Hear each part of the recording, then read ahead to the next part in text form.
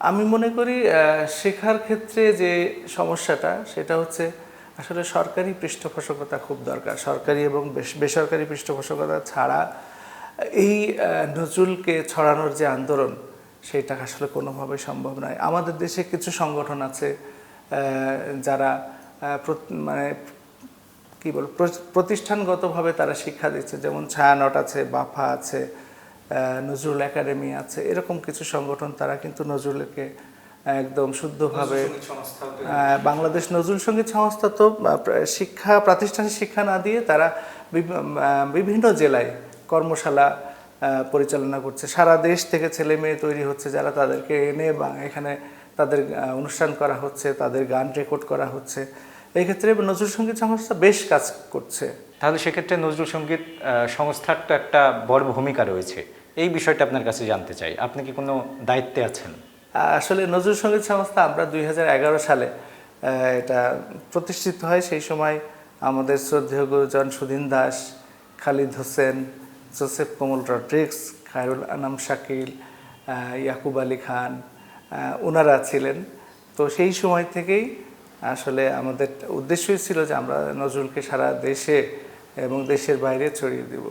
সেই লক্ষ্যে আমরা প্রায় যাবৎ আমরা হয়তো 50টির বেশি জেলায় আমরা একাধিকবার কর্মশালা পরিচালনা করেছি এবং সেখান থেকে যেসব ভালো ভালো ছেলে মেয়ে আমরা পেয়েছি তাদের ঢাকায় যে অনুষ্ঠানে তাদের সুযোগ দিয়ে, এবং আমাদের একটা প্রতি বছর ইদানিং কয়েক বছর ধরে চলছে যে আমরা 125টা করে গান শুদ্ধ বাণী এবং সুরে এটা রেকর্ডবদ্ধ করা হয়। সেটা আমাদের দেশ এবং ভারতের শিল্পীরাও, প্রতিষ্ঠিত শিল্পীরা তারাও এই কার্যক্রমে অংশগ্রহণ করে। এইভাবে আমরা সারা দেশের শিল্পীদের এবং ঢাকায় যারা ভালো গান করে তাদেরকে নিয়ে আমরা এই কার্যক্রম চালিয়ে যাচ্ছি। আমাদের সামনেও হয়তো অক্টোবর নভেম্বরে আমাদের আরও 125টি গান রিলিজ হবে।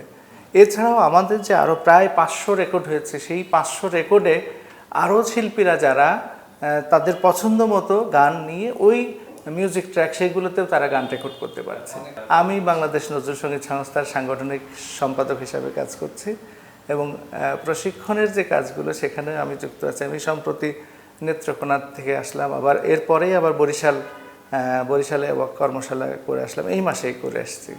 আমি চিরতরে দূরে চলে যাব, তবু আমারে দেব না ভুলিতে।